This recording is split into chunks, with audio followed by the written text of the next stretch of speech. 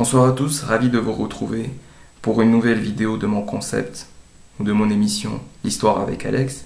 Notre thème aujourd'hui sera la dynastie des Capétiens.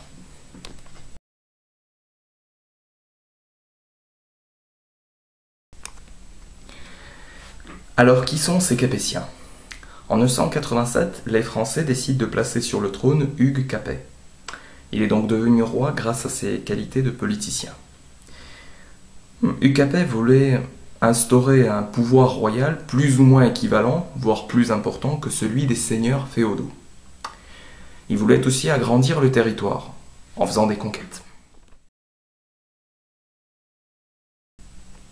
Enfin, bref parenthèse sur la personnalité d'Hugues Capet, l'importance de ce personnage historique est qu'il est le père fondateur d'une dynastie de monarques ayant régné sur la France de la fin du Xe siècle jusqu'au XIXe siècle, avec une brève interruption de 1789 à 1815, première Révolution française et Premier Empire, en 1830, seconde Révolution française, et enfin en 1848, c'est-à-dire la fin du règne de Louis-Philippe Ier d'Orléans, et c'est-à-dire la fin de la royauté en France.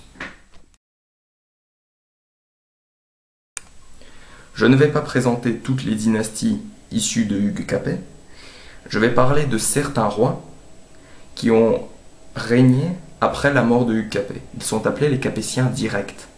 Ils ont donc régné après la mort de Hugues Capet jusqu'au début de la guerre de Cent Ans. Petite précision, la guerre de Cent Ans a commencé au moment de l'avènement des Valois, aussi appelés Capétiens indirects. Le roi Louis IX, aussi appelé Saint Louis, était un roi très chrétien.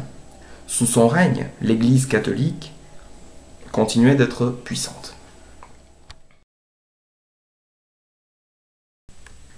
Comparé à son prédécesseur Philippe Auguste, enfin précisément son grand-père, qui était un roi assez cruel, car sous son règne, l'Inquisition avait une place importante en France.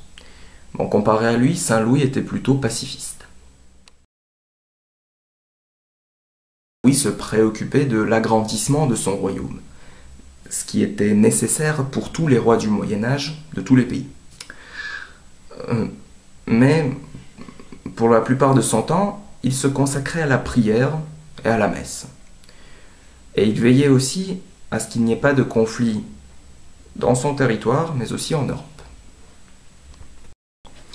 Enfin, Philippe IV le Bel, aussi surnommé le roi de fer, et il est donc surtout connu pour le procès des Templiers en 1314.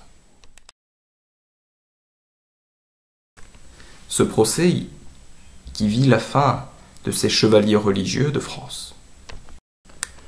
Philippe IV le Bel était un roi qui a créé une administration pour pouvoir mieux régner. Il n'encourageait pas la propriété privée, les richesses privées. Il voulait que le royaume contrôle les terres des seigneurs féodaux. Malgré le rapprochement entre Philippe le Bel et les Anglais, ce roi était en conflit avec l'Église catholique, précisément avec le pape Boniface VIII. Je vous remercie de votre attention et je vous dis à très bientôt pour une nouvelle vidéo sur un autre thème historique.